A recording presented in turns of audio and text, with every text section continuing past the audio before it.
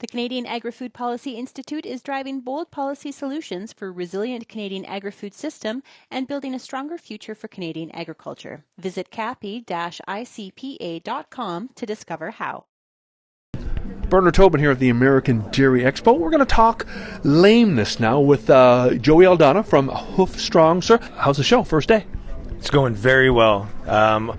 Love the crowd, love the environment, love the opportunity. Glad to see the American Dairy Expo open this up, first annual.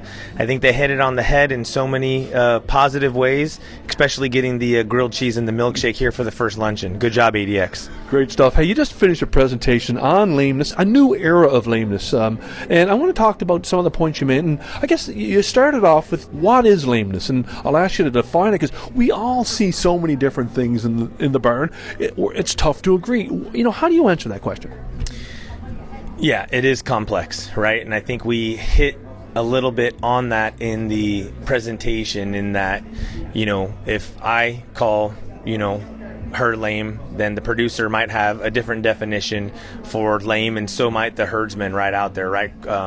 Getting us all to agree sometimes can be difficult, but I think there's industry standards, right, that we kind of alluded to, where we have the locomotion scoring, right? We have different 3-point and 5-point scales where we look at her maybe from a 3-point scale, 1 being normal, 2 being moderate, and 3 being severe, right? And I think whatever it is that we're gauging those scales on, as we grow and it increases, right, we look at the pain and the discomfort she's in, right? I think that at the end of the day, that's what we're measuring. We're measuring the time that she's spending not resting, not feeding, right? The impact that it has on repro, right, and fertility, and obviously, of course, loss of milk production.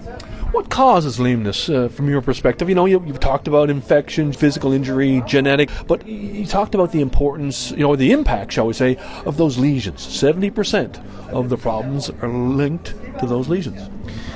Yeah, and really there's kind of two big buckets, if you will, right? And it's 70 to 90%, like we said, are infectious and non-infectious claw diseases. And I think, you know, again, it's a really long answer, right? There's a lot of things that go into it, but again, you know, the non-infectious is more mechanical, more structural, right? More kind of alluding to that the cow comfort, cows standing on overcrowding, right? Or long walks on concrete, hard turning, right? And then obviously on the infectious side, where we get our DD and our foot rot, you know, it's hygiene, it's good management, right? Making sure we're doing our part on the farm to make sure that we can prevent the bacteria as much as we can. Let's talk about the state of the industry, I guess, you know, the state of the situation when it comes to lameness. You mentioned that you get about 90% incidence of lameness in cows. And, you know, nearly every cow will suffer some lameness. And that lameness averages about, you know, from a cost perspective, about $336. Can you break that down for us? Yeah, so, you know, it's kind of... You'd think, because the lameness, some of the slides that we hit on, that there would be a lot more data and research to kind of prove, and really it's just within the last few years. A lot of the stuff that we pulled from came from Penn State studies, and you know, it's just that, right? I mean, 90% of the cows in your herd, right, 9 out of 10 are going to have at some point in their life something, some form of lameness, really regarding those hoof lesions, some sort of hoof pain. At a 22% prevalence, that's 1 in nearly every 4 cows. And so we can't prevent it, right? But I think that's where we kind of, I handed off and talked to Steve, was he introduced AI technology, right, in camera-based. And I think there comes a point where we have to kind of program our minds and think it's not about fixing the problem, it's about trying to prevent the problem. You also talked about solutions. You know, you talked about that AI technology, but you know, on a general approach, on a holistic approach, facilities, hygiene, nutrition, a lot of things we can do. Yeah, and you know, I think I mentioned it early on the slide, was, you know, I get the opportunity to take a look at dairy farms from California to New York, different climates, just dairy being done similarly but differently. And I think when producers start to kind of, there's not a silver bullet. There's not a fix-all for everything, right? And I think it really is when we start to align with hygiene, foot bath protocols, right? We start to align with the cow comfort, when we start to align with the facility design, the flooring, right? Putting mats in. I think that's where that holistic approach comes in, is it's taking a look at everything that touches the cow that makes a difference. You mentioned, it's probably time to move beyond the traditional foot bath, probably not getting the job done, and adding automation, looking at a modern foot bath really is, part of the solution there.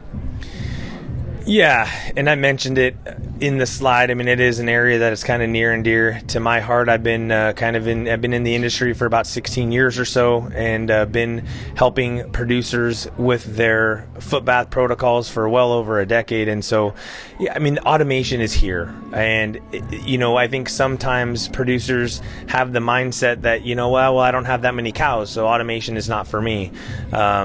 It's only for new dairies, or maybe my return lane doesn't fit it, right? It's too big, and I don't want to narrow anything down. I don't want to disrupt cow flow. And that's kind of the point I just wanted to make, was no matter how many cows, large farm, small farm, what your current status is there is an opportunity that we can bring to your farm to automate, right? And to get that human variability out of the way, right? To bring the safety, first and foremost, the efficiency and the consistency through automation. Final question, I'm going to talk to your co-presenter, Steve Pavelski, on AI and cameras and that technology, and he's going to dig into it for us. But quick thought from you, I mean, what type of impact can this AI, this technology make in the job that you do?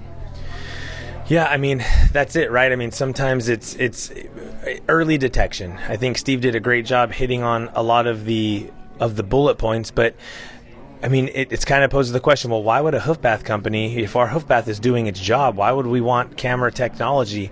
Well, it's because we want to help the farmers take that next step, right? We know that our foot bath is going to bring the right concentration. It's going to bring the right depth. When we add early prevention in, we're taking that, helping that producer put more right milk in the tank, right? Put more money in his pocket. We're actually not just sending cows to the trimmer to get trimmed, we're sending the right cows, right? And so I think the AI detection, being able to spot lameness before she admits to us, right, that she's sore, it's the future. I'm super excited to be partnered with NeedApp in this, and even me myself, I'm looking forward to learn more as we crunch the numbers.